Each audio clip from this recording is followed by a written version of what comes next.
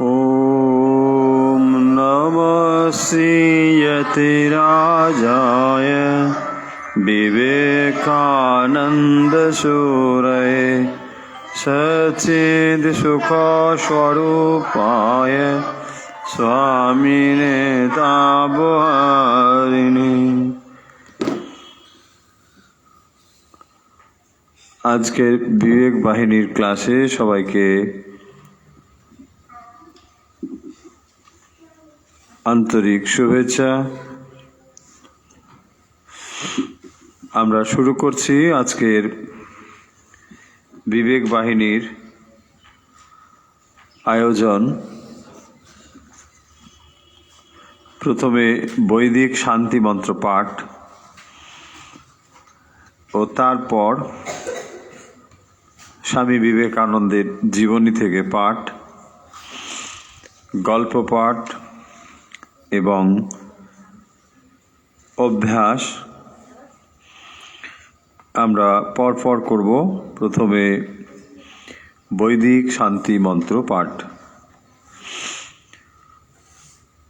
ওম সহনা ভবতু সহনো ভুনাক্তো সহ বীর্যং করবাবহৈ তেজস্বিনাবধীতমস্তু মা বিদ্বিষাবহৈ।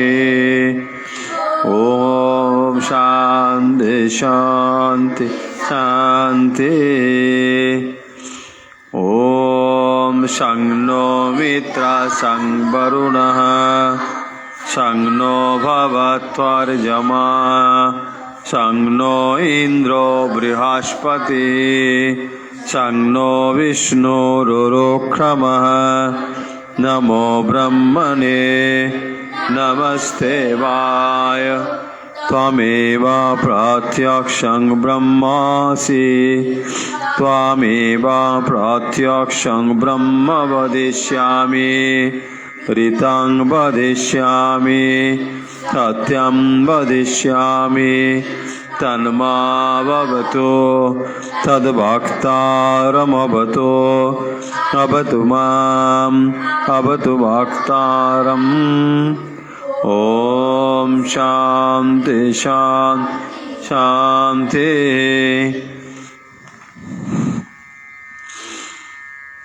ওম ভদ্রং কর্ণেভিঃ শৃণুয়ামদেবাঃ ভদ্রং পশ্যेमाक्षभिर्यजत्राः स्थिरैरङ्गैस्तष्टुवागंशस्तनूभिः व्यसेमदेवहितैर्जदायुः। स्वस्ति न इन्द्रो विद्वस्वभाः स्वस्ति न पूषा विश्ववेदाः स्वस्ति नष्टाक्ष्यो अरिष्टनेमिः स्वस्ति नो बृहस्पतिर्दधातु। ओम शांति शांति शांति।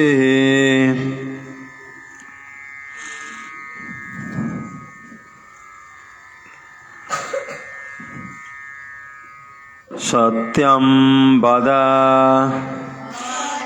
धर्मं चर स्वाध्यायान् मा प्रमदः आचार्याय प्रियं धनमारित्य प्रजातन्तुं मा व्यवच्छेत्सि सत्यान्न प्रमदितव्यं धर्मान्न प्रमदितव्यं कुशलान्न प्रमदितव्यं भूत्वैन्न प्रमदितव्यं स्वाध्याय प्रवचनाभ्यां न प्रमदितव्यं देवपितृकार्याभ्यां न प्रमदितव्यं मातृदेवो भव पितृदेवो भव आचार्यदेवो भव अतिथिदेवो भव। ध्यान्यानवद्यानि कर्माणि तानि सेवितव्यानि नो इतराणि यान्यस्माकं सुचरितानि तानि तयोपास्यानि नो इतराणि ये के चास्मश्रेयांशो ब्रह्मणा तेषां तयासनेन प्रशसितव्यं श्रद्धया देयम् अश्रद्धया देयम् श्रिया देयम् ह्रिया देयम् भिया देयम् संविदा देयम् एष आदेशः एष उपदेशः एष वेदोपनिषत् एतत् अनुशासनम् एवमुपासितव्यम् एतत् मुतै च उपास्यम् ॐ शान्ति शान्ति शान्ति ॐ असतो मा सद्गमय तमसो मा ज्योतिर्गमय मृत्योर्मामृतं गमय ॐ पूर्णमदः पूर्णमिदं पूर्णात् पूर्णमुदच्यते पूर्णस्य पूर्णमादाय पूर्णमेवावशिष्यते ॐ शान्ति शान्ति शान्ति हरिः ओम तत्सत्। प्रथमे वैदिक शांति मंत्र पाठ करा हलो। एखन स्वामी विवेकानंदेर जीवनी थेके पाठ।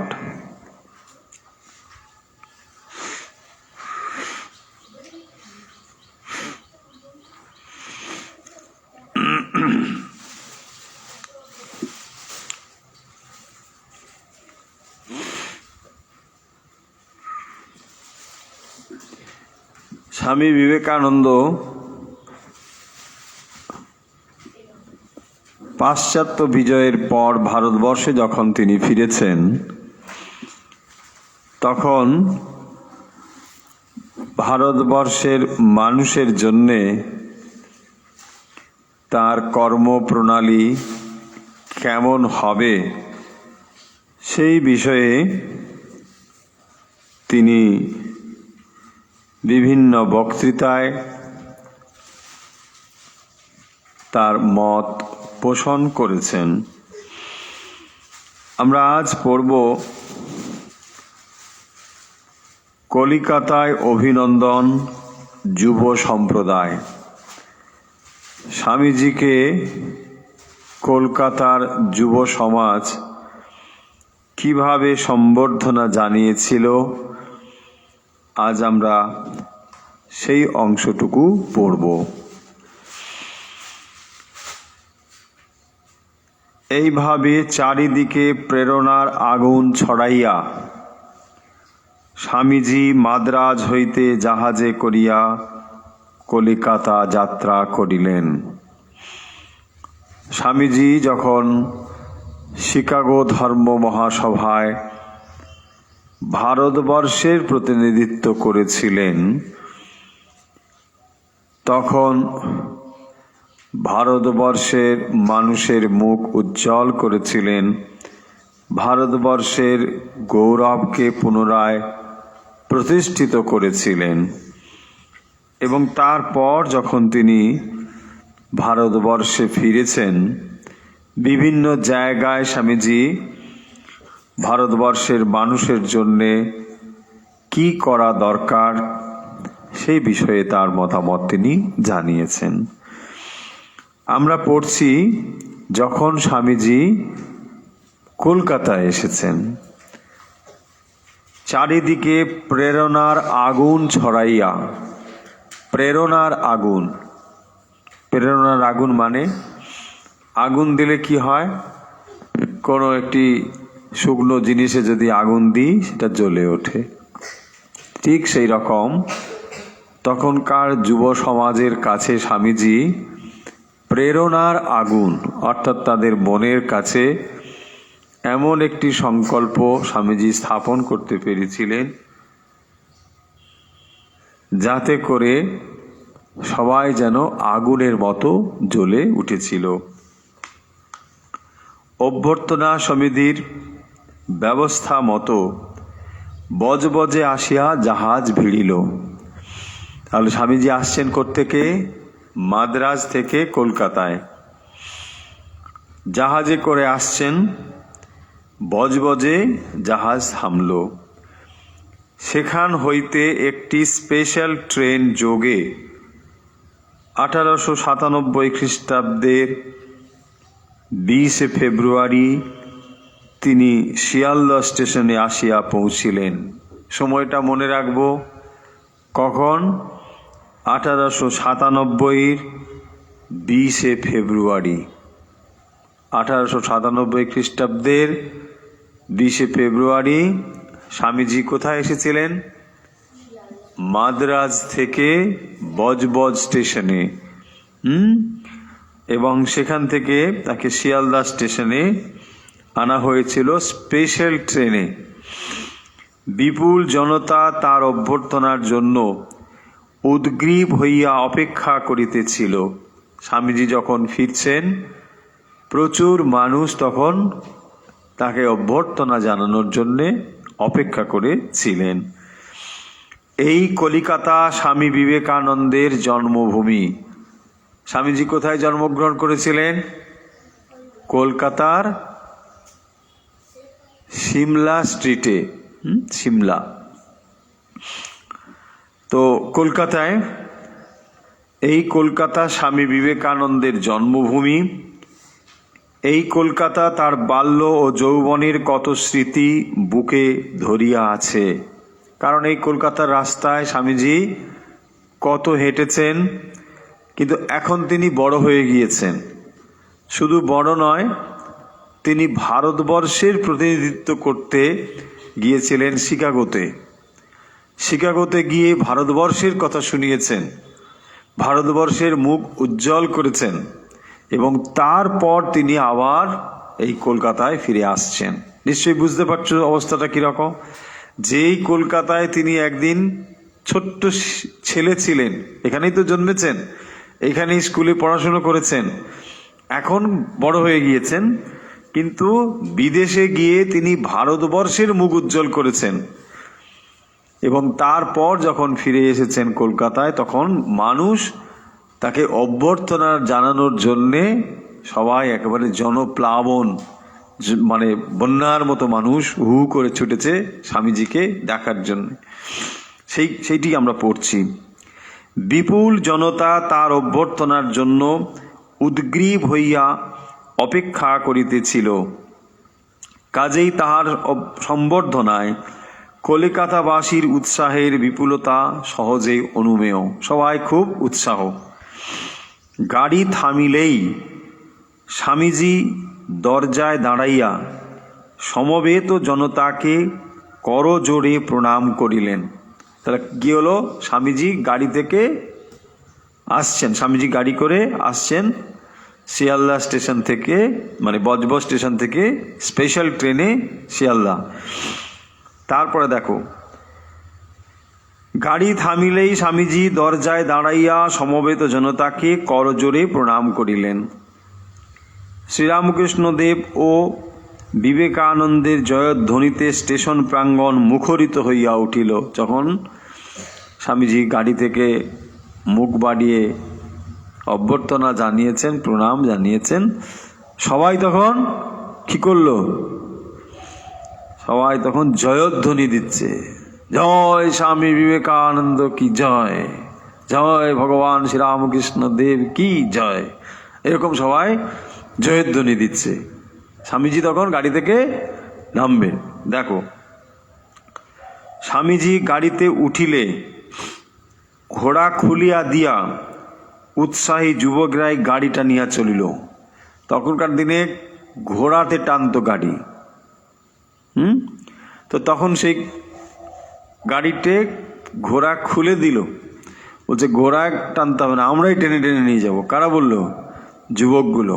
দেখো, স্বামীজি গাড়িতে উঠিলে ঘোড়া খুলিয়া দিয়া উৎসাহী যুবকরাই গাড়ি টানিয়া চলিল। তারাই টেনে টেনে নিয়ে যাবে গাড়ি, বলছে ঘোড়া খুলে দাও। তাহার নিষেধ শুনিল না। স্টেশন হইতে রিপন কলেজ পর্যন্ত রাস্তা তোরণ পুষ্প পতাকায় সুশোভিত করা হইয়াছিল। শিয়ালদা স্টেশন থেকে রিপন কলেজ, সুরেন্দ্রনাথ কলেজ এখন যেটার নাম, খুবই কাছে। শিয়ালদা স্টেশন থেকে একটু হেঁটে গেলেই সেই পর্যন্ত তোরণ ফুল পতাকা দিয়ে সুন্দর করে সাজানো হয়েছিল। রিপন কলেজে নামিয়া অল্প কিছুক্ষণ থামিবার পর স্বামীজি বাগবাজারে পশুপতিনাথ বসুর ভবনে আসিয়া পৌঁছিলেন। ওখানে খানিক সময় ছিলেন, তারপরে চলে এলেন বাগবাজারে। এখানেই বিশ্রামাদি করিয়া পরে আলমবাজার মঠে গিয়া উঠিলেন। গুরুভ্রাতাদের লইয়া তিনি বরানগরে যে মঠ গড়িয়া গিয়াছিলেন, উহা তখন আলমবাজারে স্থানান্তরিত হইয়াছে। স্বামীজি যখন এদেশে ছিলেন তখন তিনি বরানগরে একটি মঠ তৈরি করেছিলেন গুরু ভাইদের নিয়ে, সেইটি এখন আলমবাজার মঠ হয়েছে। স্বামীজি সেখানেই বিশ্রাম করছিলেন। প্রায় এক সপ্তাহ পরে রাধাকান্ত দেবের বাটির প্রাঙ্গণে স্বামীজির অভ্যর্থনার ব্যবস্থা হয়। স্বামীজি ফিরলেন, এবারে স্বামীজিকে প্রকাশ্যে সভা করে অভ্যর্থনা দেওয়া হবে। সভাপতি হলেন বিনয় কৃষ্ণ দেব। অভিনন্দন পত্র পাঠ করেন। পাশ্চাত্যে স্বামীজির প্রচারের ফলে ভারতের মুখ উজ্জ্বল হইয়াছে, তাহার স্বদেশ তাহার জন্য অপেক্ষা করিতেছে প্রভৃতি বলিবার পর অভিনন্দন পত্রে বলা হয়, আপনার পরম পূজ্যপাদ গুরু শ্রীরামকৃষ্ণ পরমহংসদেবের পুণ্য স্মৃতির প্রতি সম্মান প্রদর্শন আমাদের অবশ্য কর্তব্য। আমরা যে আপনাকে পাইয়াছি তাহার জন্য আমরা তাহার নিকট ঋণী। আপনার ভিতর যে স্বর্গীয় বহ্নি স্ফুলিঙ্গ ছিল, অপূর্ব দৈব শক্তি বলে তাহা পূর্বেই আবিষ্কার করেন এবং আপনার জীবন সম্বন্ধে ভবিষ্যৎবাণী করেন। সুখের বিষয় তাহা এখন সফল হইতে চলিয়াছে। অর্থাৎ স্বামীজি যে ভবিষ্যতে এরকম একজন হবেন সে কথা কে বুঝতে পেরেছিলেন? শ্রীরামকৃষ্ণ। তার গুরু ছিলেন কে? শ্রীরামকৃষ্ণ। এবং দক্ষিণেশ্বরে শ্রীরামকৃষ্ণ স্বামীজিকে ভবিষ্যৎবাণী করেছিলেন এবং এভাবেই তাকে ধীরে ধীরে গড়ে তুলেছিলেন যে এই নরেন্দ্রনাথই পরবর্তীকালে স্বামী বিবেকানন্দ হবেন এবং জগতের অনেক কাজ তিনি করবেন। অভিনন্দনের উত্তরে স্বামীজি বলেন, আমি আপনাদের নিকট সন্ন্যাসী রূপে উপস্থিত হই নাই। কে বলছে? এবার স্বামীজি কথা বলছেন। সেই সভাতে স্বামীজি বলছিলেন, আমি আপনাদের নিকটে, আমি মানে স্বামীজি, আমি আপনাদের নিকট সন্ন্যাসী রূপে উপস্থিত হই নাই, কিন্তু পূর্বের সেই কলিকাতাবাসী বালক রূপে আলাপ করিতে আসিয়াছি। ভাতৃগণ, আমার ইচ্ছা হয় এই নগরীর রাজপথের ধূলির উপর বসিয়া বালকের ন্যায় সরল প্রাণে আপনাদের কাছে মনের সব কথা খুলিয়া বলি। কে বলছেন? স্বামীজি। কি বলছেন? এটা কি বসা নাকি? বসতেও জানো না?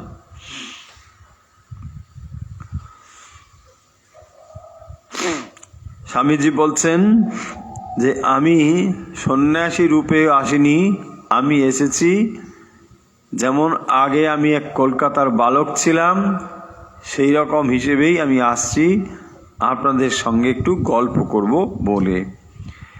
আপনারা আমার হৃদয়ের এক তন্ত্রীতে, গভীরতম তন্ত্রীতে আঘাত করিয়াছেন।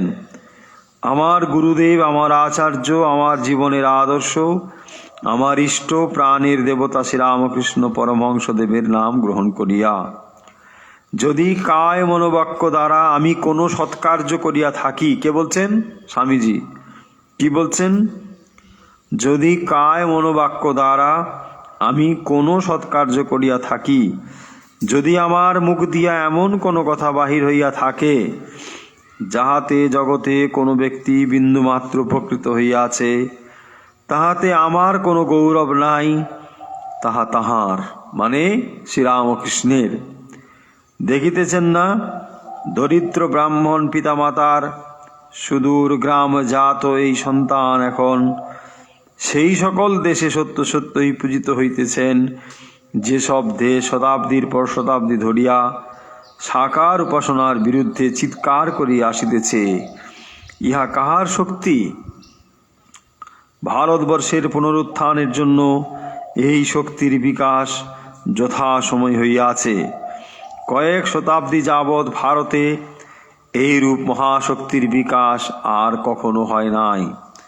জগতের কোনো দেশে সার্বভৌম ধর্ম এবং বিভিন্ন সম্প্রদায়ের মধ্যে মাতৃভাবের কথা উত্থাপন ও আন্দোলন হইবার বহু পূর্বেই এই নগরীর সন্নিকটে এমন এক ব্যক্তি ছিলেন, যাহার সমগ্র জীবনটাই একটি ধর্ম মহাসভা স্বরূপ ছিল। আমি আন্তরিকভাবে প্রার্থনা করি সেই রামকৃষ্ণ পরমহংসদেব আমাদের জাতির কল্যাণের জন্য, আমাদের দেশের উন্নতির জন্য, সমগ্র মানব জাতির হিতের জন্য আপনাদের হৃদয় খুলিয়া দিন। যে মহাযুগান্তর অবশ্যম্ভাবী, তাহার সহায়তার জন্য আপনাদিগকে অকপট ও দৃঢ়তর করুন।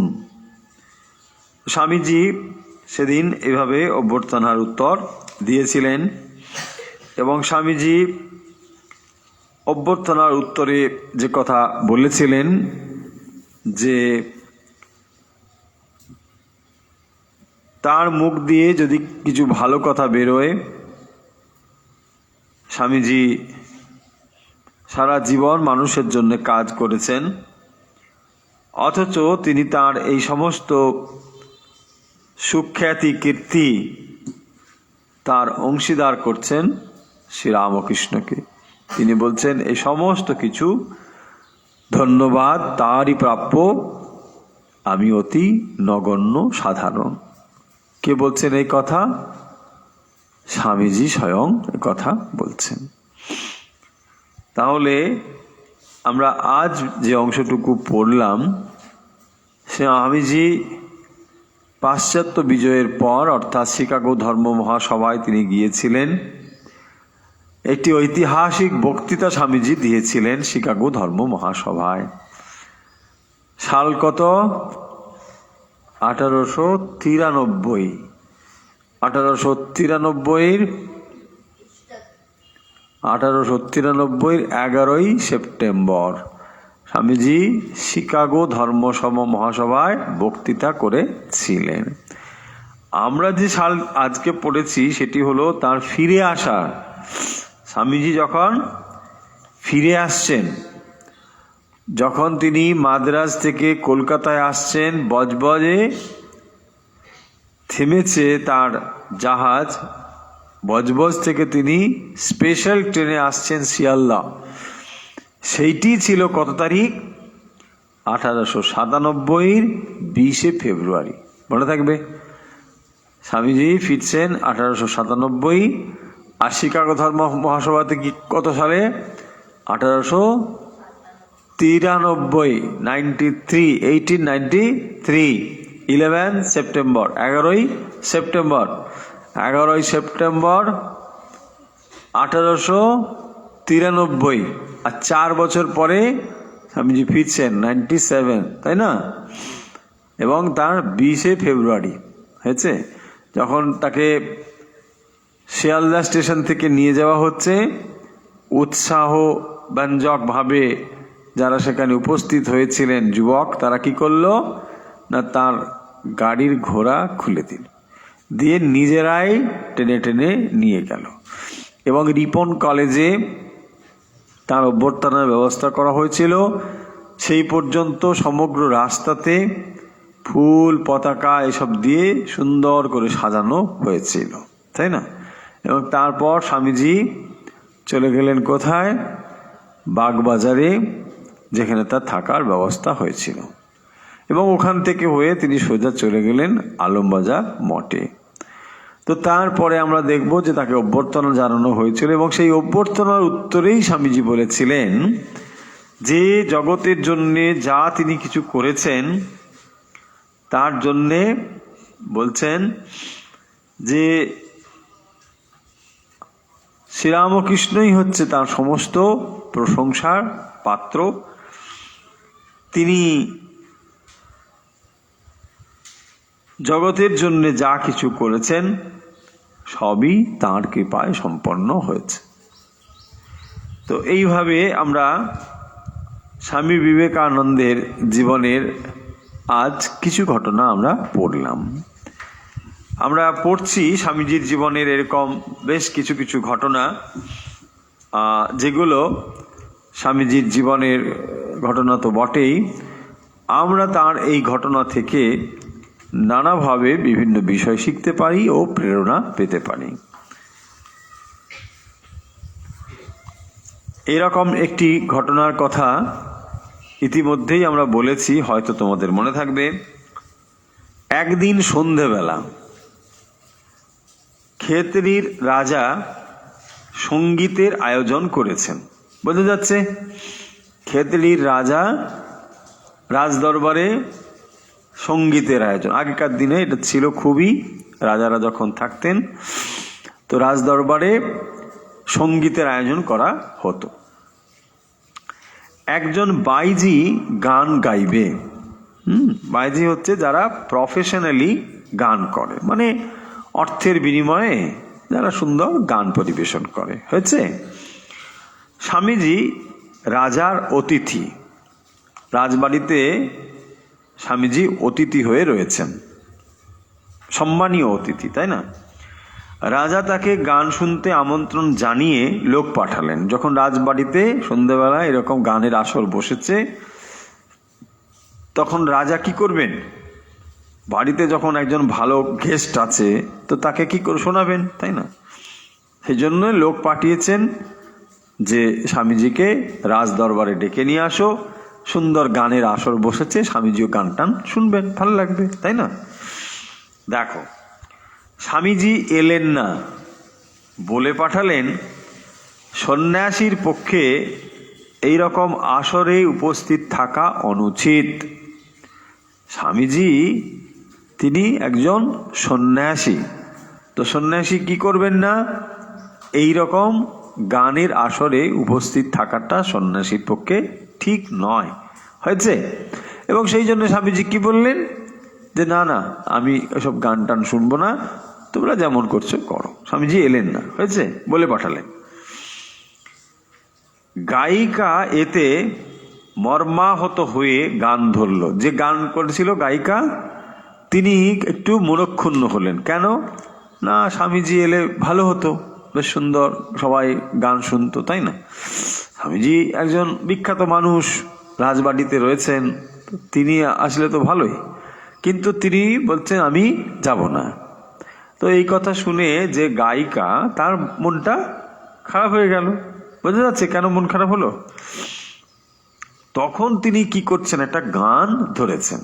কি গান?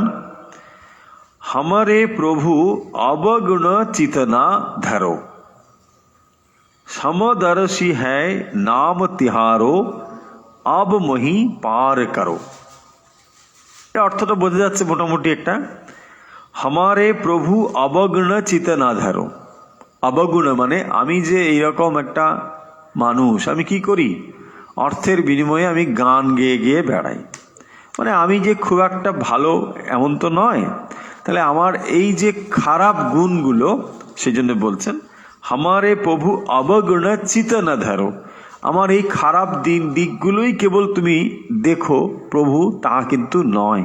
তার মানে আমার এই খারাপের পেছনেও ভালো কিছু রয়েছে। কে বলছে? যে গান করছে, তা গানের কথাটা হচ্ছে এই, হামারে প্রভু অবগুণ চিত না ধরো, সমদর্শী হ্যায় নাম তিহারো। ভগবানের নাম কি? তিনি হচ্ছেন সমদর্শী। সমদর্শী কাকে বলে? কে বলতে পারে? সমদর্শী নাম তিহারো। সমদর্শী মানে কি? সমদর্শী, যিনি সবাইকে এক দৃষ্টিতে দেখে তাকে বলে সমদর্শী। মানে যেমন তার দৃষ্টিতে কেউ ছোট নেই, কেউ বড় নেই, কেউ ভালো নেই, কেউ মন্দ নেই, সবার কাছে সমান। বোঝা যাচ্ছে? তাকেই বলে সমদর্শী। যেমন দেখো, সূর্য যখন ওঠে তখন সব জায়গায় একই রকম আলোক পড়ে। বলছে না ও লোকটা ভালো নয়, সূর্য বলছে ওকে আমি আলো দেবো না, বন্ধ। এই লোকটা ভালো, এখানে আলো দেবো। এরকম করে কি সূর্য কখনো? সূর্য ভালো হোক মন্দ হোক যেমন হোক, সে আলো সবাইকে সমানভাবে দেয়। ঠিক এরকম একেই বলা হয় সমদর্শী। ভগবান হচ্ছেন সমদর্শী। কি করেন? যে মানুষ খারাপ কাজ করে তাকেও তিনি যেমন ভালোবাসেন, যে ভালো কাজ করেন তাকেও তিনি একই রকম ভালোবাসেন। হচ্ছে? তাহলে ভগবান সবাইকে একই দৃষ্টিতে দেখেন, সেই জন্য তাকে বলা হয় সমদর্শী। এইবারে তিনি বলছেন ওই গায়িকা, সমদর্শী হ্যায় নাম তিহারো। তুমি তো সমদর্শী হে প্রভু, তুমি হচ্ছে সমদর্শী। অবমহি পার করো, তাহলে এখন তুমি আমায় পার করো, কারণ তুমি তো সমদর্শী। তুমি আমার এই বাইরের জিনিসটিকে কেবল দেখো না, আমার ভেতরেও তোমার প্রতি ভক্তি রয়েছে, তাই না? তাহলে সুন্দর কথা। ভগবানের উদ্দেশ্যে গায়িকা এই গান গাইছেন। কোথায় গাইছেন? কার রাজা? কোন রাজা? ক্ষেত্রীর রাজা। মনে রাখবে, ক্ষেত্রী। সেখানে কে আছে?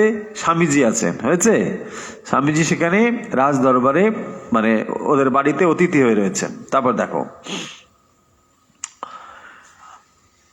স্বামীজির কানে গানটি পৌঁছলো। যখন গান হচ্ছে তখন স্বামীজি তো পাশেই রয়েছেন, স্বামীজি কিন্তু গানের কথাটা শুনতে পেয়েছেন। দেখো, গানটির ছত্রে ছত্রে এই সত্যটি প্রকাশিত যে ভগবান সর্ববস্তুতে বিরাজ করছেন। গানের প্রতিটি কথায় এই কথাটাই তো প্রকাশিত হয়েছে যে ভগবান সবকিছুতে বিরাজ করছেন। গানটি শুনে স্বামীজি মনে মনে নিজেকে ধিক্কার দিলেন। কে? স্বামীজি। কি বলছেন? এই কি আমার সন্ন্যাসী, এই কি আমার সন্ন্যাস, অথচ আমার ও এই নারীর মধ্যে আমার ভেদ জ্ঞান রয়ে গেছে। এই যে ভগবান সবার মধ্যে সমানভাবে বিরাজমান, ভগবান সকলের মধ্যে একইভাবে বিদ্যমান রয়েছেন। স্বামীজি বলছেন এইটা কেন আমি ভুলে গেলাম, তাহলে এটা আমার ঠিক নয়। তার চোখ খুলে গেল, তিনি বুঝলেন সবার মধ্যে সেই এক সত্তা, কাউকে তিনি ঘৃণা করতে পারেন না। এবং তৎক্ষণাৎ স্বামীজি কি করছেন? সঙ্গীতের আসরে এসে উপস্থিত হয়েছেন। তারপর স্বামীজি কি করলেন? ওই রাজ দরবারে যেখানে সঙ্গীতের আসর, সেখানে এসে উপস্থিত হলেন।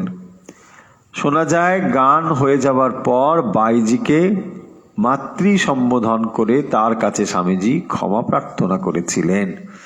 ওই বাইজিকে স্বামীজি মা বলে সম্বোধন করেছিলেন, যে মা আমার ভুল হয়ে গেছে। কেন না, যখন তুমি গান করেছিলে আমি তখন আসবো না বলে কথা যে বলেছিলাম, এটা আমার ঠিক হয়নি। বুঝতে পারলে ঘটনাটা? দেখো, স্বামীজি তাহলে একদিকে তিনি কিভাবে, মানে ভগবানের যে সমদর্শী, সেই সমদর্শীতে তিনিও প্রতিষ্ঠিত ছিলেন। তাই বাইজির মধ্যেও তিনি মহামায়াকে বা জগন্মাতাকে দর্শন করেছেন এবং সেই জন্য তাকে, তার কাছে সম্মান জানিয়েছেন, হাত জোর করে তাকে বলছেন মা আমার ভুল হয়ে গেছে, কারণ আমি আগেই চলে আসতে পারতাম। যেই তিনি গান করেছেন, গানের কথা শুনে তার ভুল ভাঙলো। হয়েছে? সুন্দর কাহিনী। আচ্ছা, আমরা রোজ একটা করে গল্প পড়ি, এরকমই একটি গল্প আজকে পড়ব। এই গল্পটা আগেও আমরা পড়েছি, কিন্তু তোমাদের হয়তো অনেকের মনে টনে নেই। সেই জন্য আজ আরেকবার সেই গল্পটি পড়া হবে। যাদের যাদের মনে পড়ে যাবে তারা তো বুঝতেই পারবে, আর যাদের মনে পড়বে না তারা প্রথমবার শুনবে এবং মনে রাখবে। এই গল্পটি খুবই ইন্টারেস্টিং গল্প। এটি স্বামীজি, একটু আগে আমরা শিকাগো ধর্ম মহাসভার কথা বললাম, তো স্বামীজি এই শিকাগো ধর্ম মহাসভায় এই গল্পটি বলেছিলেন। স্বামীজি খুব সুন্দর গল্প বলতে পারতেন, দেখো, এবং খুব গল্পগুলোর ভেতরে শুধু গল্প নয়, এর ভেতরে খুব ইনার মিনিং আছে, খুব গভীর অর্থ রয়েছে। সাগর থেকে একটু দূরে একটি কুয়ো ছিল। কুয়ো কে কে দেখেছো? কুয়ো, হ্যাঁ, কুয়ো কোথায় দেখেছো? মামার বাড়ি নাকি পিসির বাড়ি? হ্যাঁ, তোমার বাড়িতে কুয়ো আছে? ওরে বাবরে, কুয়ো আছে, সব কুয়ো আছে, সব কুয়োর ব্যাং বসে আছে। সাগর থেকে একটু দূরে একটি কুয়ো ছিল। সাগর কে কে দেখেছো? কোথায় সাগর দেখেছিস? হ্যাঁ, দীঘায় সাগর? কি সাগর? দীঘা সাগরের নাম কি? হ্যাঁ, মহাসাগর? ওরে বাবা, গঙ্গাসাগর? দীঘা সাগরের নাম কি? বাস জানি না। সাগর, হাতি, নদী? দীঘার সাগরকে কি বলে? বে অফ বেঙ্গল, বঙ্গোপসাগর। উপসাগর, সাগর ঠিক ঠিক নয়। হ্যাঁ, গঙ্গা কি? বঙ্গোপসাগর, বঙ্গ উপসাগর হয়েছে, বঙ্গোপসাগর। তো যাই হোক, এই যে খানিকটা সাগর দেখেছো যেখানে জল টল থাকে, হয়েছে। আর কুয়ো হলো ছোট একটা জায়গা, তাই না? সাগরের সঙ্গে কুয়োর তুলনা হবে? সাগর বিরাট, আর কুয়ো। এইবারে শোনো, তো ওই কুয়োতে বাস করতো একটা মোটা কালো ব্যাং, ঘ্যাঙর ঘ্যাঙর ঘ্যাং। হ্যাঁ, কি ব্যাং গান করে না? তবে ঘ্যাঙর ঘ্যাঙর ঘ্যাং করে তো, একদম সুন্দর গান। এখন করে না, এখন তো ঘুমোচ্ছে ওরা, শীতকাল পড়ে গেছে। হ্যাঁ, হ্যাঁ, বৃষ্টি পড়বে, এই শীতকালের পরেই আবার বৃষ্টি হবে, তখনই ওদের মানে গানের আসর শুরু হবে, ঘ্যাঙর ঘ্যাঙর ঘ্যাং। এইরকম একটা ব্যাং, তো সে কুয়োতেই জন্মেছিল, ছোট্ট একটা কুয়ো। সেই কুয়োতেই তার বাপ মা থাকে, ওখানেই তার বাড়ি, ও ওখানেই জন্মেছে। বোঝা গেল? রাইট। জন্মের পর থেকেই সে কুয়োতেই বাস করে। কুয়োইটা তার বাড়ি, তো কুয়োতেই বাস করবে, ঠিকই আছে। একদিনের জন্য সে কুয়োর বাইরে কিন্তু যায় না, মানে তার মানে বুঝতেই পারছো, স্কুলেও যায় না, কোথাও যায় না, ওই কুয়োর মধ্যেই সে থাকে। স্কুলে, হ্যাঁ, ব্যাঙের স্কুল, বাবা, ব্যাঙের স্কুল আছে, ব্যাঙের স্কুল আছে, কলেজ আছে, ইউনিভার্সিটি আছে। হ্যাঁ, পিঁপড়েরও আছে। ওরে বাবা, না না, ভালোই, ভালো আছে পিঁপড়েদের, বড় বড় পিঁপড়ে, ওরা ওখানে প্রিন্সিপাল আছে, বড় বড় পিঁপড়ে। শোনো, এবারে বাইরের জগৎটা কিরকম সে জানতো না। কে জানতো না? ব্যাং। কিরকম ব্যাং? ঘ্যাঙর ঘ্যাঙর ঘ্যাং, ঘ্যাঙর ঘ্যাঙর ঘ্যাং, একটা কালো ব্যাং। ওটা কোথায় থাকতো? কুয়োর মধ্যে। সে আর কুয়োর বাইরে কখনোই যেত না। কুয়োর বাইরে না গেলে কি হবে? তাহলে কুয়োর বাইরের কিছু যে আছে সে জানবে? জানবে না। দেখো, সেটাই বলেছে। তো সে তো কিছু জানতো না, তবুও সে নিজেকে সব জানতা বলেই মনে করত। এরকম কেউ কেউ থাকে, আমাদের মধ্যেও আছে। কেউ কিছুই জানে না, কিন্তু হাম্বড়া ভাব আছে না? কিছু একটা বললেই সঙ্গে সঙ্গে মন্তব্য করে দেবে, হেই আমি জানি না, কি বলছো, সবে দিই, সব বিষয়ই একবারে পণ্ডিত। এরকম কিছু কিছু আছে। হ্যাঁ হ্যাঁ, সব সব জানতে আছে না, হাত তোলার দরকার নেই বা দেখানোর দরকার নেই। কে কে আছে আমরা মোটামুটি বুঝতেই পেরে যাই, তাই না? আমরা এগুলো বুঝতে পারি। তো এরকম কিছু কিছু সব জানতা আছে। তো সেই এই ঘ্যাঙরটাও এরকম সব জানতা টাইপের ছিল। শুধু মনে করতো নয়, প্রাণের সঙ্গে তা বিশ্বাস করতো। কে বিশ্বাস করতো? এই ঘ্যাং আস্ত কোলা ভ্যাং, সেটা কি মনে করতো? যে এর বাইরে আর কিচ্ছু নেই, ওই কুয়োর মধ্যেই সব যা আছে কুয়োতে, এটাই হচ্ছে সব। হয়েছে পরিষ্কার? এইবার দেখো, কুয়োর জলে সব পোকা আর ছোট ছোট মাছ ধরে সে খেত। এখন কুয়োর মধ্যে থাকলে খাবার দাবার কি খাবে? ওখানে কি চাইনিজ পাবে? হ্যাঁ, মোমো, তবে পিজা আছে? পোকাগুলোকে স্যান্ডউইচ করে খাওয়া টাওয়া যায় ওগুলো। হ্যাঁ, এটা পোকার স্যান্ডউইচ খেয়ে নিল। হ্যাঁ, না। তো কুয়োর জলে পোকা কি করতো? ছোট ছোট মাছ এইসব টোসব ধরে খেত। সে যখন লম্পচম্প করে জলের ওপরে সাঁতার কেটে বেড়াতো, তার হাব ভাব দেখে মনে হতো সে মানে একটা বিরাট লোক। এই ব্যাঙটা যখন ওই কুয়ো তো ছোট, ওখানে কি করতো? মাছ টাছগুলোকে ধরতো, পোকা টোকা ধরতো, আবার ওই জলের উপরে সাঁতার কাটতো। তো যখন তাকে মানে ওই জলের উপরে সাঁতার কাটতো দেখে মনে হতো সে মানে একটা বিরাট মানুষ, একবারে পুরো ইংলিশ চ্যানেল পার হচ্ছে। বোঝা যাচ্ছে? ওপর থেকে মাঝে মাঝে যেসব পোকামাকড় পড়তো সেগুলোকেও সে ধরে টুপ করে একদম ব্রেকফাস্ট টাকাস একদম।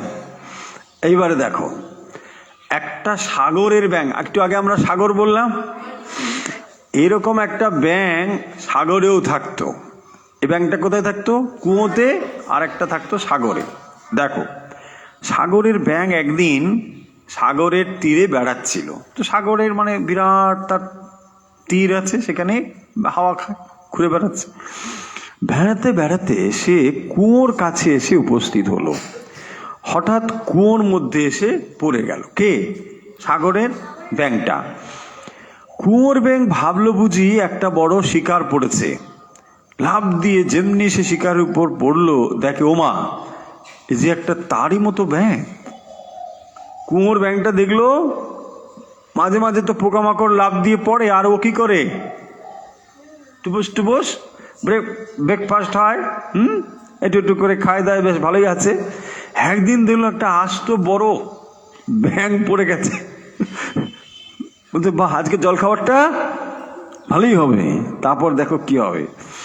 ওমা, এই যে তারই মতো একটা ব্যাঙ। ভয়ে সেদিন 3 হাত দূরে লাফিয়ে পড়লো। কে? ওরে বাপরে, তো বিরাট ব্যাপার, দেখে ভয়ে লাফিয়ে পড়েছে। সম্মান বাঁচানোর জন্যে বাইরে একটা ভান করলো যেন কোনো ব্যাপারই না, কিন্তু এমনি ভয় পেয়ে গেছে ওকে দেখে, কিন্তু ভেতরে ভয়টাকে গোপন করে রাখলো। দেখো, ভয় পেলে সেটা যদি সে অন্য কাছে বলে ফেলে তাহলে ছোট হয়ে যাবে। সেই জন্য সে একটা এমন তেমন ভাব দেখালো যেন মানে মশা মাছি, মানে কিছুই না। কোথা থেকে একটা কে এসে পড়লো, হয় না এরকম? হ্যাঁ, যখন দেখুন ছোট ছোট মাছি বসে, মশা বসে গরুর গায়ে, গরুর লেজে, ওরা কি করে দেখেছো? কখনো ভয় পায়? একটা লেজটা করে দিল, মানে তুচ্ছ তাচ্ছিল্য ব্যাপার, একটা ডাঁশ, একটা মশা, কিছুই না। চলো, সেরকম জন্মের পর থেকে কুয়োর ব্যাঙ আর অন্য ব্যাঙ দেখেনি। ও কখনোই আর অন্য কেউ দেখেনি। বুঝতেই পারছো, কারো রিলেটিভের বাড়িতেও যায় না, মানে কোথাও যায় না, মামার বাড়িও যায় না, দিদার বাড়িও, মাসির বাড়িও যায় না। তো ওখানেই থাকে, খায় দায় ঘুমোয়, ফলে তার আর কোনো কিছু জানা নেই। নতুন ব্যাঙটা তার মতো কালো নয়, এটা হচ্ছে কালো হয়েছে। তার গায়ে আবার নানা রকম রং টং দিয়ে চিত্র বিচিত্র আঁকা আছে। তো দেখে তার একটু ভয়ও পেল। তো সাগরের ব্যাঙ কিন্তু চুপ করে মজা দেখতে লাগলো। সে চুপ করে দেখছে, কি ব্যাপার, দেখা যাক। সাগরের ব্যাঙকে দেখে কুয়োর ব্যাঙ মনে মনে বড় অশান্তি বোধ করতে লাগলো, কিন্তু গম্ভীর হয়ে মোটা গলায় সে সাগরের ব্যাঙকে বললে, বলি বাপু হে, তোমার আগমন হচ্ছে কোত্থেকে? ওরে বাবা, এমনিতে ভয় পেয়ে গেছে, কিন্তু সে ভয়টা তো সে বলবে না, সেজন্য কি হে বাবু, কোথা থেকে এসেছো, হয়েছে এরম করে তাকে একটু মেজাজ দিচ্ছে। আমার আগমন হচ্ছে সাগর থেকে। কে বললো? সাগরের ব্যাঙটা। সাগর থেকে? সাগর আবার কি বস্তু হে? সাগর আবার কি জিনিস? সাগর জলে জলময়, যেদিকে তাকাবে সেদিকেই শুধু জল আর জল। কে বলছে? ওই সাগরের ব্যাঙটা। জলে জলময়, তাহলে তোমার সাগরটা কি আমার এই কুয়োর মতোই হবে? কে বলছে? কুয়োর ব্যাঙটা। তুমি কি পাগল নাকি হে? তুমি কি করে সাগরের সঙ্গে কুয়োর তুলনা করবে? বোঝা যাচ্ছে গল্পটা? আহা চটো কেন, তাহলে তোমার সাগর কি অনেকটা বড়, আরো একটু বড় হবে? এই বলে কুয়োর ব্যাঙ একটা লাফ দিল। কুয়ো দেখেছো না? তো কুয়োর ব্যাঙ লাফ দিয়ে বলছে, এটা কি এর থেকে আরো বড় হবে? সাগরের ব্যাঙ উত্তর করলে, তুমি একটা আস্ত মূর্খ। কাকে বলছে? কুয়োর ব্যাঙকে বলছে, তুমি একটা আস্ত মূর্খ। কিসের সঙ্গে কিসের তুলনা? কোথায় সাগর আর কোথায় তোমার কুয়ো? হা চটো কেন বাপু, বলোই না, তোমার সাগর তাহলে এত বড়? বলে সে আর একটা লাফ এখান থেকে ঝপাত করে দিয়ে দিল। ব্যাঙ কিন্তু ভালো লং জাম্প পারত।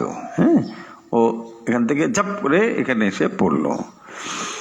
এই বলে কুয়োর ব্যাঙ আবার একটু লাফ দিল। মূর্খের সঙ্গে কথা বলে লাভ নেই। সাগরের ব্যাঙ তখন চুপ করে থাকলো। তখন কুয়োর ব্যাঙ একদিক থেকে অন্য দিকে লাফ দিয়ে বলল, ওগো, তোমার সাগরটা কি এইরকমই বড়? 2-3 বার লাফ দিয়েছে। তুমি একটা কালো ভূত, মহামূর্খ ভূত।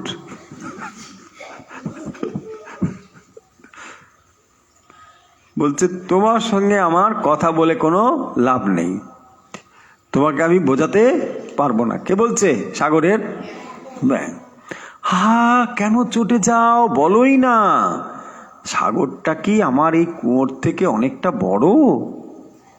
তুমি একটা গাধা, তোমার এই কুয়োর মতো কোটি কোটি কুয়ো একসঙ্গে করলে তবেও সমান হবে না।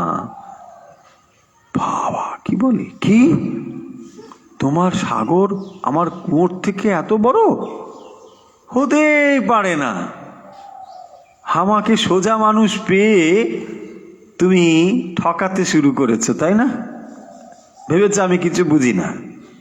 আমি সব জানি। আমার কুয়োর চেয়ে বড় জিনিস এই দুনিয়ায় আর কিচ্ছু নেই। হয়েছে?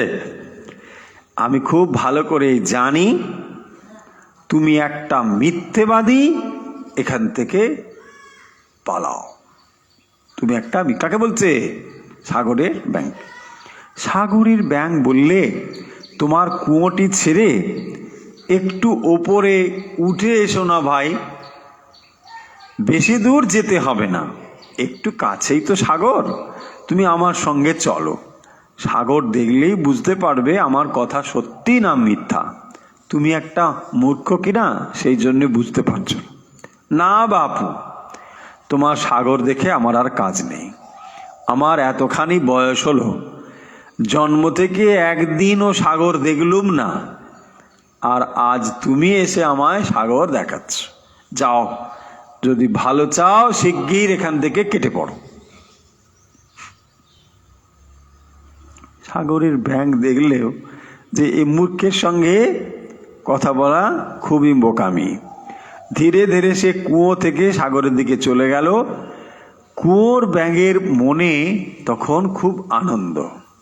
সে বলতে লাগলো, বাছাধন, কার সঙ্গে চালাকি করতে এসেছিলে? বুঝতে তো পারোনি আমি কুয়োর ব্যাঙ, ঘ্যাঙর ঘ্যাঙর গ্যাং। হ্যাঁ, মস্ত কালো ব্যাঙ, ঘ্যাঙর ঘ্যাঙর গ্যাং। সে এখন কি ভাবলো? সে ভাবলো যে সাগরের ব্যাংকে সে হারিয়ে দিয়েছে, তাই না? ও তো পালিয়ে গেল। তার মানে দেখো, বোকাদেরও মনে একটা আনন্দ হয়, বোকামির আনন্দ। এটা হচ্ছে সেরকমই। সে বোকা, মূর্খ, মূর্খ মনে মনে খুব আনন্দ অনুভব করছে। সে বলতে লাগলো, বাছাধন, কার সঙ্গে তুমি চালাকি করলে? কেমন জব্দ হয়ে চলে গেল। সাগর ফাগর কিচ্ছু নেই, মিথ্যে কথা। কে বলছে? কোথায় থাকে? গায়ে গায়ে আবার একটা কি সব মেখে এসেছে, রং মেখে এসেছে। কালো ভূত সাগরের ব্যাংকে কি ভাবছে? দেখেছো, আমাকে সব চালাকি করতে এসেছে, গায়ে আবার কি সব মেখে এসেছে রং টং দিয়ে, এসে আগডুম বাগডুম সব বাজে কথা বলছে। কেমন জব্দ হয়ে পালিয়ে গেল। যদি না যেত, একবার বাঁচাকে দেখে নিত। যারা বলে আমার মতো, আমার কথা ছাড়া আর সব মিথ্যা, তারা তাহলে কিরকম? কুয়োর ব্যাঙের মতো। তাহলে কুয়োর ব্যাঙকে যে মনে করে এর থেকে ভালো কিছু নেই, এর থেকে অন্য যারা ভালো কিছু বলে তারা মিথ্যে কথা বলে, এ কথা যারা বলে তাদেরকে কি বলে? কুয়োর ব্যাঙ। হচ্ছে নিজের নিজের অজ্ঞান কুয়োর ভেতর বসে তারা ভাবছে এটাই হচ্ছে জগৎ। তাহলে যখন বাইরের জগৎকে তুমি জানবে, তখনই কেবল বলতে পারবে যে এর থেকেও বাইরে জগৎ রয়েছে। যদি কেবল এইটুকুই জানো, তাহলে কি হবে? কুয়োর ব্যাঙের মতোই হবে। এইটি এখানে এই গল্পটির মূল কথা। এবং তাদের মতো জ্ঞানী কেউ নেই, বুদ্ধিমান আর কেউ নেই। কারা মনে করে? যারা কুয়োর ব্যাঙ। তাহলে কুয়োর ব্যাঙ কথার অর্থ কি? যে নিজেকে সব জানতা মনে করে, তাই না? তুমি সে সব জানতা, সেটা কে বলবে? সবাই বলবে না তুমি নিজে বলবে? তুমি যে মূর্খ, তুমি যে সংকীর্ণ, ছোট, তার প্রমাণ কি? নিজেকে সব জানতা ভাবা, তাই না? যদি অপরে তোমাকে সব জানতা বলে তাহলে ঠিক আছে, তাই না? অন্য কেউ যদি তোমাকে বলে খুব জ্ঞানী, ঠিক, কিন্তু নিজে যদি নিজেকে খুব জ্ঞানী মনে করো, তাহলে কুয়োর ব্যাঙ। ঘ্যাঙ্গর ঘ্যাঙ্গর গ্যাং, একটা কালো ব্যাঙ। ব্যাস। কার নাম আমি কিছু বলছি কি না, সেটা আমি বলছি না, কিন্তু এখানেই আছে, এখানেই আছে। কোনো কিছু হলেই সব জানতাম, সব জানি, সব জানতা নিজেকে মানে কুয়োর ব্যাঙ। সুন্দর গল্প, ইন্টারেস্টিং।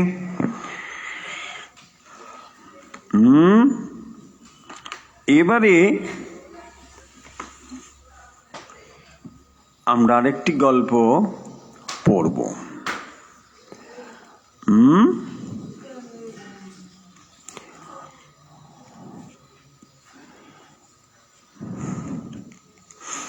অনেক গল্প রয়েছে, খুব সুন্দর সুন্দর গল্প। এই দাঁড়াও,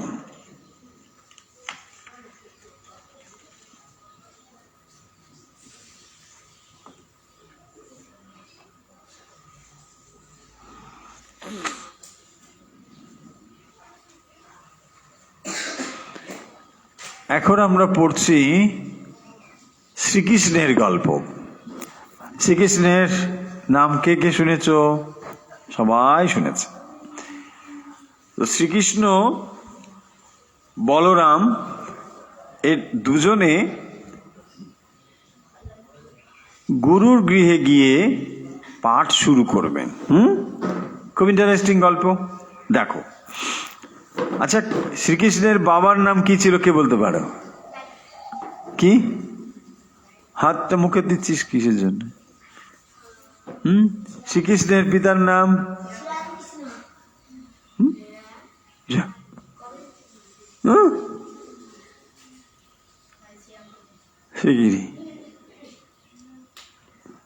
বসুদেব কি ছিল? বসুদেব। তো বসুদেব বলরাম এবং কৃষ্ণের পৈতের ব্যবস্থা করলেন, উপবিদ ধারণের আয়োজন করলেন। একটু বড় হলে কি হয়? পৈতে হয়ে যায়। তো তারপরে গুরুগৃহে পাঠানো হয়, সেখানে গিয়ে লেখাপড়া শিখবে। হয়েছে? তো পিতা বসুদেব বলরাম এবং শ্রীকৃষ্ণকে এইভাবে উপবিদ ধারণের পর তারা কি করলেন না, নিয়ে যাচ্ছেন গুরুগৃহে, সেখানে তারা থাকবেন। সেই যুগে ক্ষত্রিয় বালকদের ওই উপবিদ ধারণের ব্যবস্থা ছিল। এই অনুষ্ঠান সম্পন্ন করলেন গর্গ মুনি। কোন মুনি? গর্গ মুনি। হয়েছে? মুনির নাম মনে রাখবো, গর্গ মুনি। তো তিনি কৃষ্ণ বলরামকে গায়ত্রী মন্ত্রে দীক্ষা দিলেন। যারা যখন ওই উপবিদ ধারণ করেন, পৈতে হয়, তখন গায়ত্রী একটা মন্ত্রকে দেওয়া হয়। এইভাবে হলো। এরপর তারা চলে গেলেন কোথায়? সন্দীপনী মুনির কাছে। কোন মুনি? সন্দীপনী। হয়েছে? সন্দীপনী মুনির আশ্রমে। তো মুনিকে তারা বলছেন, তারা দুই ভাই ওই মুনির আশ্রমে শাস্ত্র পড়াশুনো করতে চায়। হয়েছে? সন্দীপনী মুনি কৃষ্ণ এবং বলরামের মধুর আচরণে মুগ্ধ হলেন এবং তাদেরকে শিষ্যরূপে গ্রহণ করলেন। কে যাচ্ছে? বলরাম এবং শ্রীকৃষ্ণ। কার আশ্রমে? সন্দীপনী মুনির আশ্রমে। এবং এই দুটি ছেলের আচরণ খুব ভালো দেখে মুনিরও বেশ ভালো লেগেছিল। হয়েছে? এবার দেখো, নানা প্রকার দিব্য অস্ত্রের সঙ্গে যুক্ত মন্ত্র সহ বিভিন্ন অস্ত্রবিদ্যা শেখাচ্ছেন, বেদ উপনিষদ ইত্যাদিও তিনি শেখাচ্ছেন। তাহলে সন্দীপনী মুনির আশ্রমে গিয়ে বলরাম এবং শ্রীকৃষ্ণ কি শিখছেন? বেদ, উপনিষদ, শস্ত্রবিদ্যা, নানা রকম কিছু তারা শিখেছেন। তখনকার দিনে এগুলি শিখতে হতো। অল্প দিনের মধ্যে 64 বিদ্যায় তারা পারদর্শী হয়ে উঠল। শিক্ষা শেষ করে তারা মুনিকে বলছেন, গুরুদেব, গুরু দক্ষিণা হিসেবে আপনাকে কি দিতে হবে তা আপনি আমাদের অনুগ্রহ করে বলুন। তখনকার দিনে কি করা হতো? শিক্ষার পরে গুরু দক্ষিণা দিতে হতো। কাকে বলে গুরু দক্ষিণা? হ্যাঁ, ও কি রে, হাত পাতিস কি? গুরুকে দক্ষিণা দিতে হয় কেন?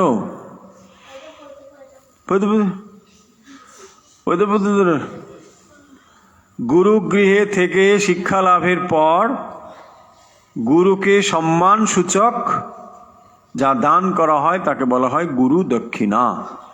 তো সেই গুরু দক্ষিণাটি দেওয়ার জন্যে যখন সময় উপস্থিত হয়েছে, তখন শ্রীকৃষ্ণ বলছেন যে গুরু দক্ষিণা হিসেবে আমরা কি দেব?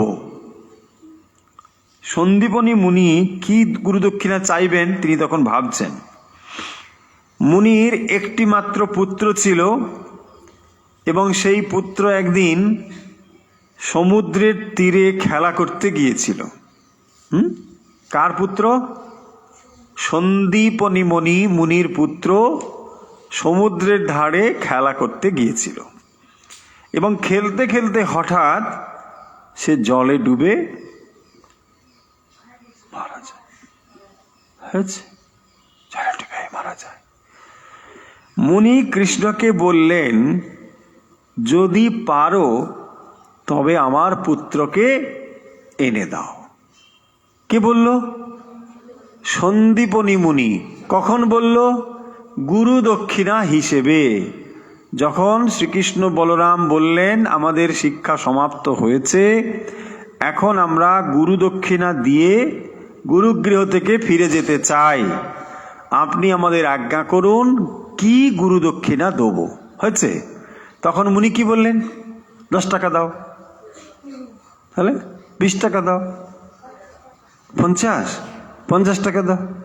কি বললেন? ছিঁড়িকে ফিরিয়ে বলছেন তার ছেলে সমুদ্রে পাড়ে খেলা করতে করতে সমুদ্রে ডুবে মারা গিয়েছে।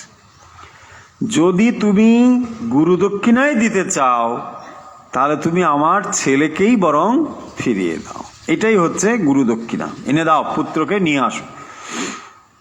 শ্রীকৃষ্ণ বলরাম তখন কি করলেন না, রথে চড়ে সমুদ্র অভিমুখে যাত্রা করলেন। অভিমুখে মানে কি, কে বলতে পারো? অভিমুখে, অভিমুখে মানে ধারে গেছে,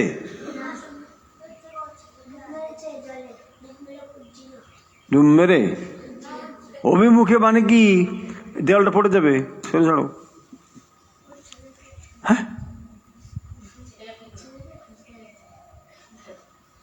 অভিমুখে মানে কি? শুধু মুখে না মিষ্টি মুখে?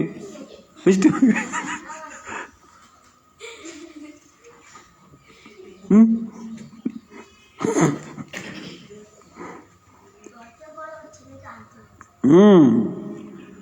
অভিমুখে মানে দিকে, ওই দিকে হলো।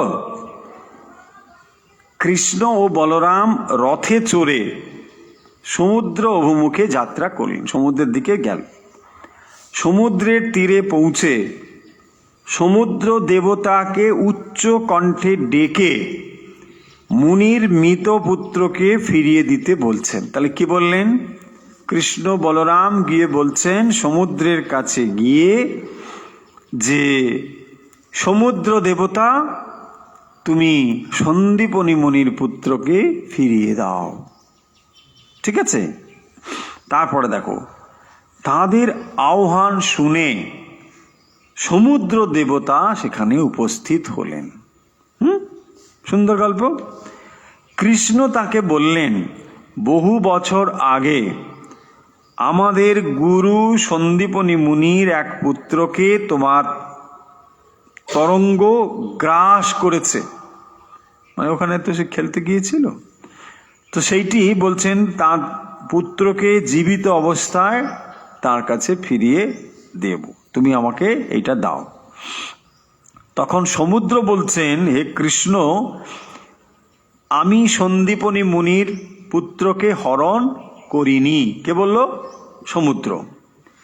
এই সমুদ্রে পঞ্চজন নামে এক অসুর বাস করেন। তার নাম কি? পঞ্চজন। পঞ্চজন একটা শব্দ, একটা নাম। তার নাম হচ্ছে পঞ্চজন নামে এক অসুর আছেন। তিনি এই সমুদ্রে বাস করেন এবং তিনি একটা বিশাল শাঁখের মধ্যে রয়েছেন। শঙ্খ, শঙ্খ কে কে দেখেছে? বিশাল শঙ্খ কে কে দেখেছে?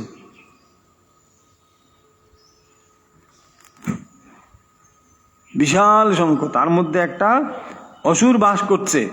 বুঝতেই পারছো, শাঁখের মধ্যে তার ঘর বাড়ি। সে অসুরের নাম কি? পান।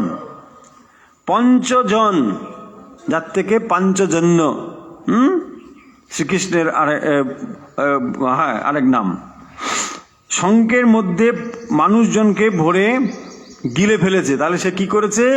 ওই অসুর ওই সন্দীপনী মুনির যে ছেলে, তাকে গিলে। এই কথা শুনে শ্রীকৃষ্ণ কি করলেন না, সমুদ্রের জলে ঝাঁপিয়ে পড়লেন।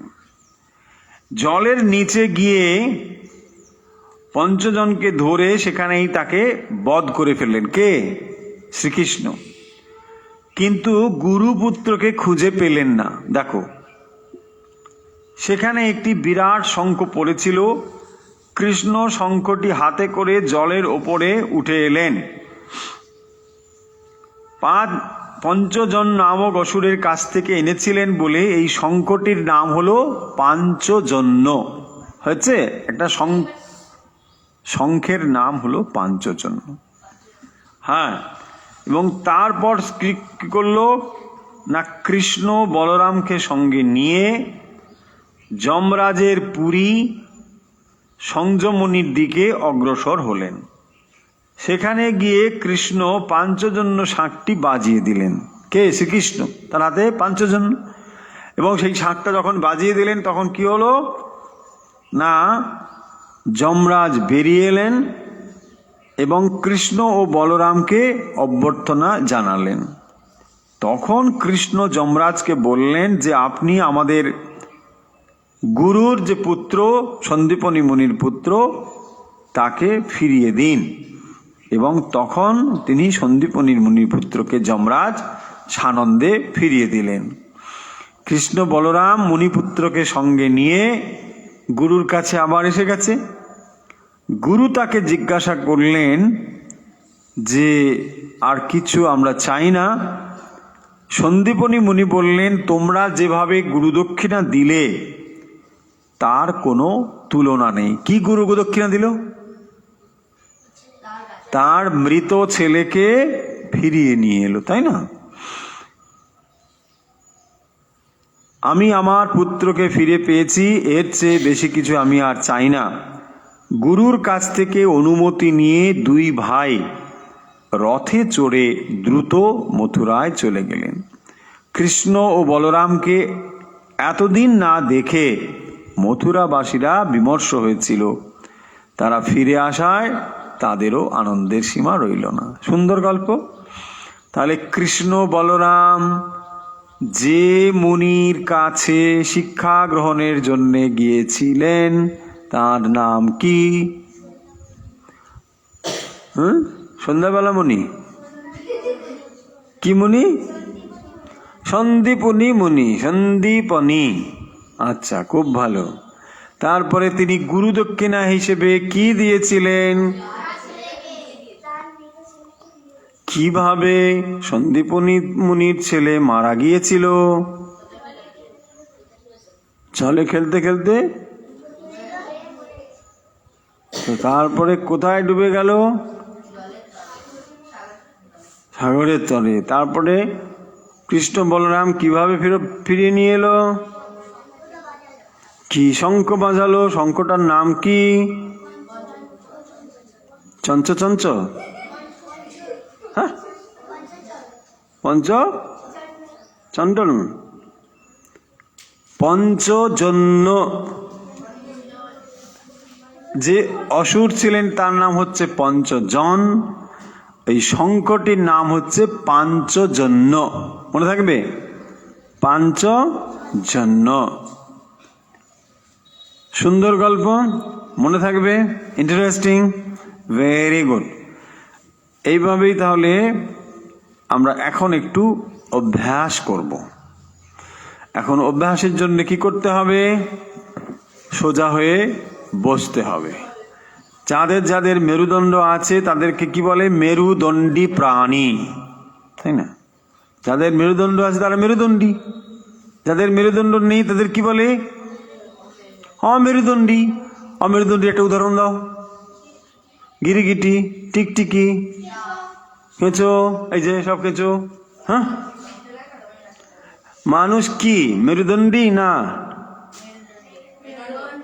মেরুদণ্ডী। কি করে বোঝা যাবে মেরুদণ্ডী? সিদ্ধারা সোজা করতে হবে। হ্যাঁ, আর যার যার সিদ্ধারা সোজা হবে না, একটা করে পিঠে ঘুষি মারতে হবে, বাস। এক ঘুষিতেই সোজা, একদম। হ্যাঁ, একদম। এখন কাজ কি তাহলে আমাদের? সোজা হয়ে বসা। চোখগুলো বন্ধ থাকবে না খোলা থাকবে? চোখ বন্ধ হয়েছে কি করে বোঝা যাবে?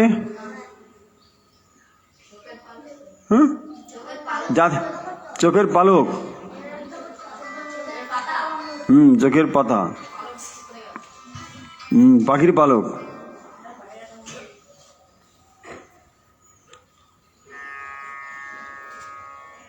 চোখ বন্ধ হয়েছে সবার, কি করে বোঝা যাবে?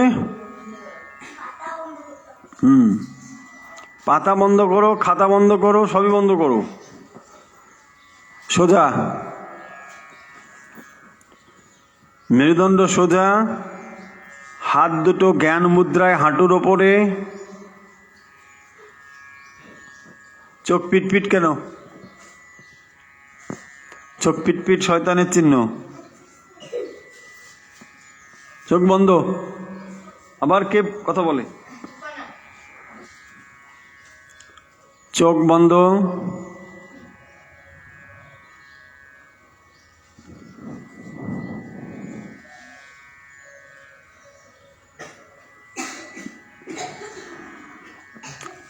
এবার আমরা নাক দিয়ে শ্বাস নেব ও মুখ দিয়ে ধীরে ধীরে ফু দেবো। মনে থাকবে, হাত যেমন আছে তেমন থাকবে, হাত হাঁটুতে থাকবে, জ্ঞান মুদ্রা এইভাবে। এবারে নাক দিয়ে শ্বাস ধীরে ধীরে নাও ভেতরে, হলো। এবার ধীরে ধীরে মুখ দিয়ে ফু দাও, ধীরে ধীরে ফু দাও। ফু দেওয়া হয়ে গেলে আবার নাক দিয়ে শ্বাস নাও, এবার ধীরে ধীরে ফু দাও।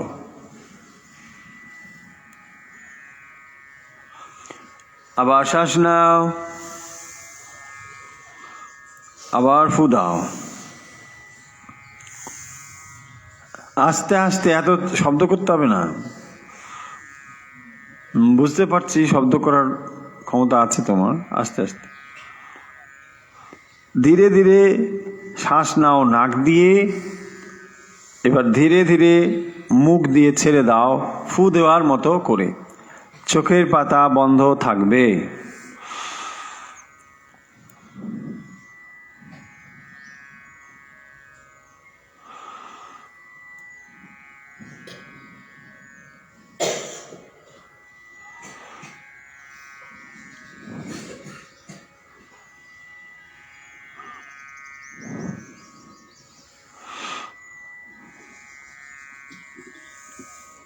হয়েছে, রিল্যাক্স। কয়েকবার স্বাভাবিক শ্বাস নাও। এবার মেরুদণ্ড সোজা রেখে লম্বা শ্বাস নাও, ছেড়ে দাও। লম্বা শ্বাস নাও, ছেড়ে দাও। এবার লম্বা শ্বাস নিয়ে একসঙ্গে ওঙ্কার উচ্চারণ করব। আবার সবাই একসঙ্গে করব। আমি শুরু করব, ফলো করবে। লম্বা শ্বাস নাও।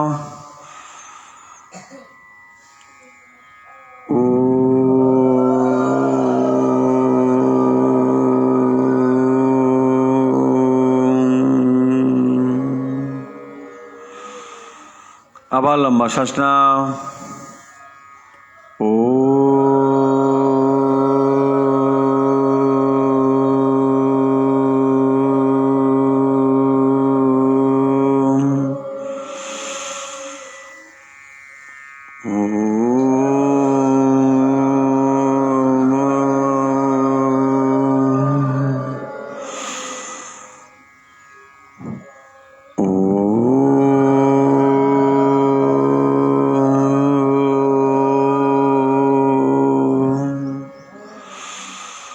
আবার লম্বা শ্বাস নাও।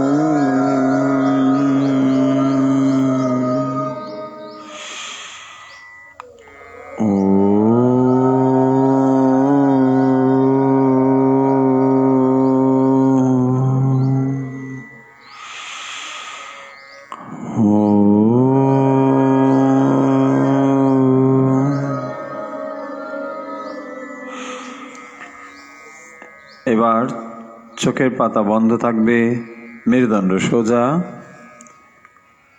হাত নড়বে না, পা নড়বে না। খুব শান্ত হয়ে এখন আমরা ধ্যান করব। চোখের পাতা বন্ধ,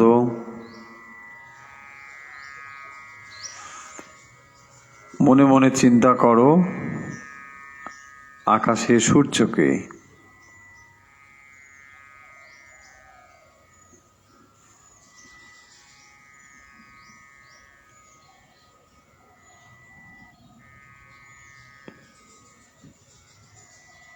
এবার মন স্থির করো বুকের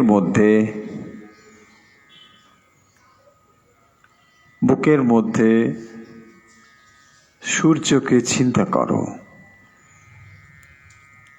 আকাশের সূর্যকে বুকের মধ্যে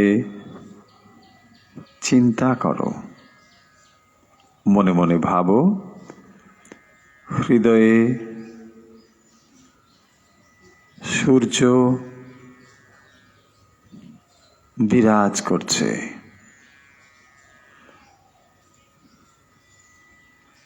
মন স্থির করো হৃদয়ে, মনে মনে ভাবো আকাশের সূর্য বুকের মধ্যে বিরাজ করছে।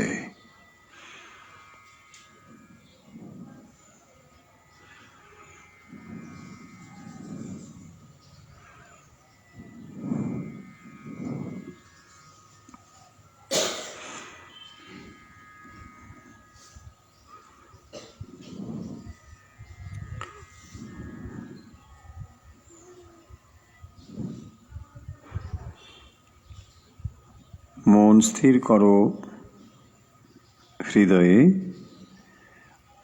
মনে মনে ভাবো সূর্য বিরাজ করছে হৃদয়ে। মনে মনে সূর্যের কাছে প্রার্থনা করো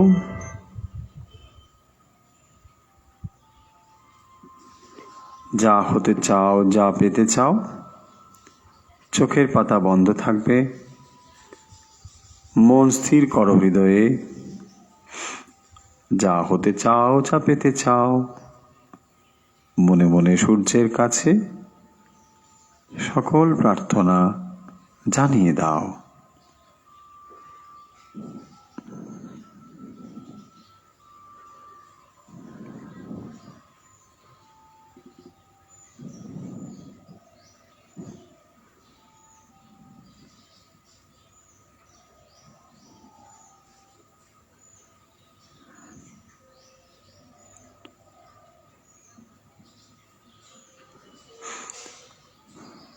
মন স্থির করো হৃদয়ে,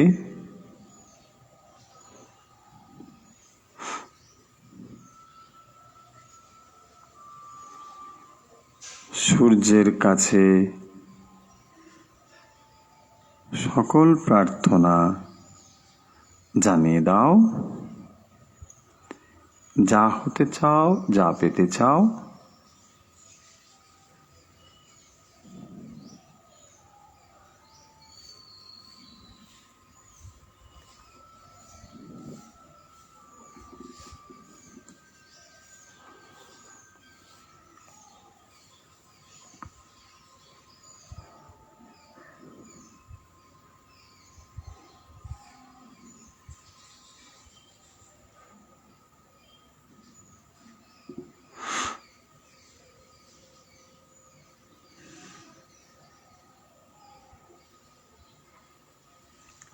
এবার একসঙ্গে দম নাও, ছেড়ে দাও, আবার শ্বাস নাও। এবার শ্বাস নিয়ে একসঙ্গে ওম উচ্চারণ করব।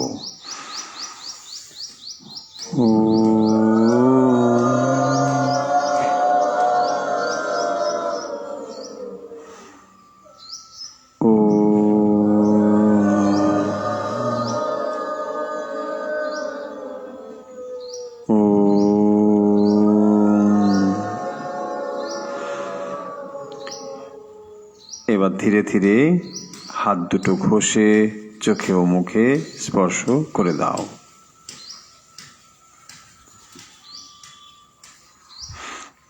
এখন আমরা একটি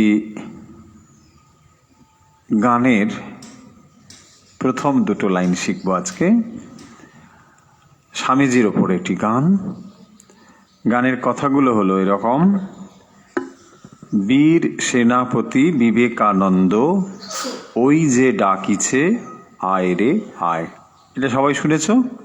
একসঙ্গে এই গানটা করবো আজকে। হয়েছে? সবাই আমরা এই গানটি সমবেতভাবে করব। বীর সেনাপতি বিবেকানন্দ ওই যে ডাকিছে আয় রে আয়। বীর সেনাপতি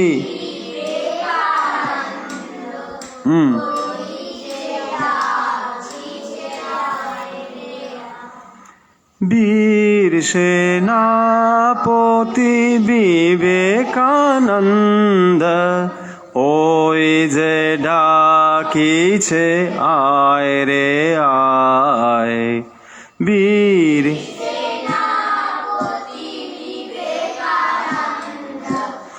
ওই যে ডাকিছে আয় রে আয়। যদি উঁচুতে ধরতে অসুবিধা হয় নিচে ধরো, কোনো অসুবিধা নেই।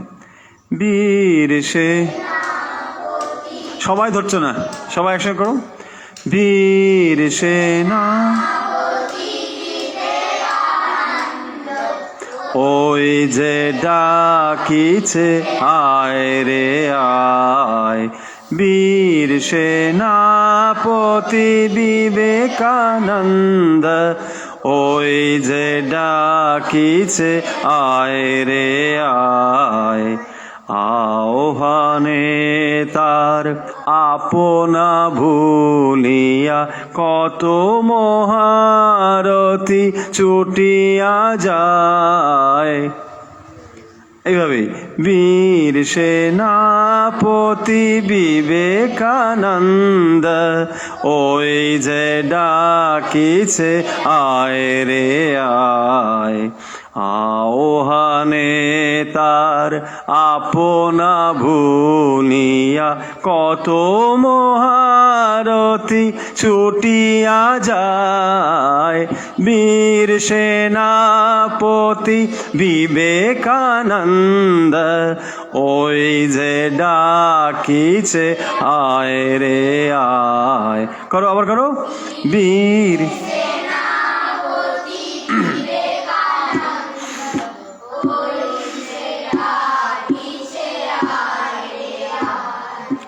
বীর সেনা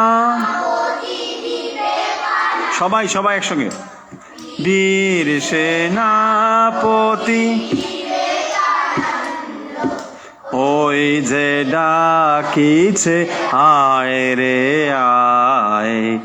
আহ্বানে তার আপনা ভুলিয়া কত মহারথী ছুটিয়া যায়। বীর সেনাপতি বিবেকানন্দ। ধীরে ধীরে চিৎকার করে করে, শুধু চিৎকার করলে হবে না, সুরে আস্তে আস্তে করতে হবে। বীর সেনাপতি বিবেকানন্দ ওই যে ডাকিছে আয় রে আয়। এরকম সুন্দর করে বলতে হবে, তবেই তো হবে। তারপরে সেকেন্ড লাইন করো। আহ্বানে তার আপনা ভুলিয়া কত মহারথী ছুটিয়া যায়। বীর সেনাপতি বিবেকানন্দ ওই যে ডাকিছে আয় রে আয়। আপনা ভুলিয়া কত মহারথ ছুটিয়া যায়। বীর সেনাপতি করো ওই যে ডাকিছে আয় রে আয়, আহ্বানে তার আপনা ভুলিয়া কত মহারথী ছুটিয়া যায়। বীর সেনাপতি বিবেকানন্দ ওই যে ডাকিছে আয় রে আয়। তারপরে আত্মত্যাগের অগ্নিমন্ত্রে দীক্ষিত হয়ে নবীন তন্ত্রে, আত্মত্যাগের অগ্নিমন্ত্রে দীক্ষিত হয়ে নবীন তন্ত্রে, ভোগবাদ জাত দৈত্য দলিতে আপনা সোপিতে কে যাবি আয়। বীর সেনাপতি বিবেকানন্দ ওই যে ডাকিছে আয় রে আয়, আহ্বানে তার আপনা ভুলিয়া কত মহারথী ছুটিয়া যায়। বীর সেনাপতি বিবেকানন্দ ওই যে ডাকিছে আয় রে আয়, আহ্বানে তার আপনা ভুলিয়া কত মহারথী ছুটিয়া যায়। বীর সেনাপতি বিবেকানন্দ। সুন্দর না? তো এই গানটি আমরা শিখবো, আরো এর লাইন বাকি মানে পরের লাইন রয়েছে, আমরা ধীরে ধীরে এগুলো শিখবো।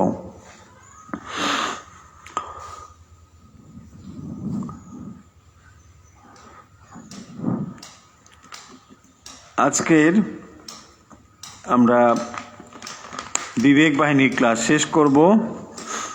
স্বামীজির বাণী বা উপদেশ পাঠ করে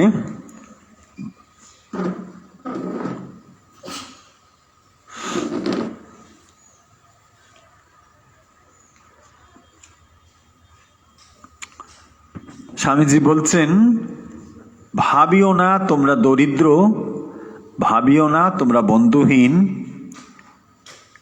কে কোথায় দেখিয়াছ টাকায় মানুষ করিয়াছে, মানুষই চিরকাল টাকা করিয়া থাকে। জগতের যাহা কিছু উন্নতি সব মানুষের শক্তিতে হইয়াছে।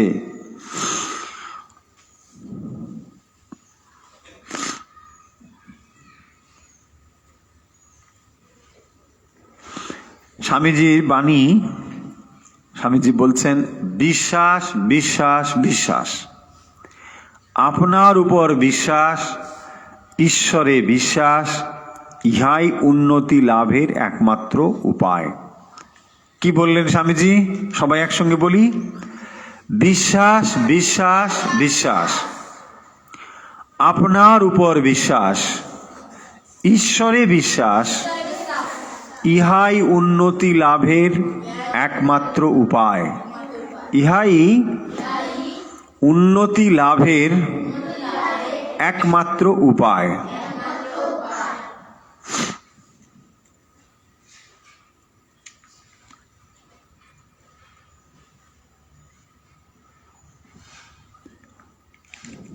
দেখো স্বামীজি কি সুন্দর বলছেন, প্রত্যেক মানুষের মধ্যেই সেই ঈশ্বর পরমাত্মা আছেন।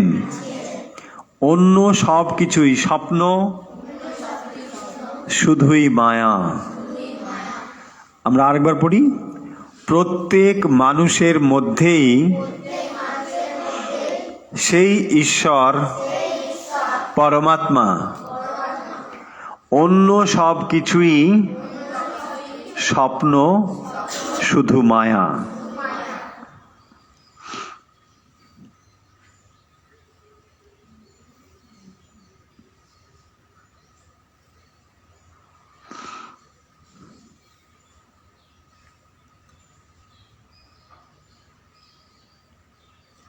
যে মানুষটা বলে আমার শেখবার কিছু নেই, সে মরতে বসেছে। যে জাতটা বলে আমরা সব জানতা, সে জাতের অবনতির দিন অতি নিকটে। যে মানুষটা বলে আমার শেখবার কিছু নেই, সে মরতে বসেছে। যে জাতটা বলে আমরা সব জানতা, সে জাতের অবনতির দিন অতি নিকটে। মানুষের মধ্যে অন্তর্নিহিত পূর্ণত্বের প্রকাশ সাধনকে বলে শিক্ষা। আবার বলি, মানুষের মধ্যে অন্তর্নিহিত পূর্ণত্বের প্রকাশ সাধনকে বলে শিক্ষা। আজকের বিবেক বাহিনীর ক্লাস আমরা এখানে শেষ করব।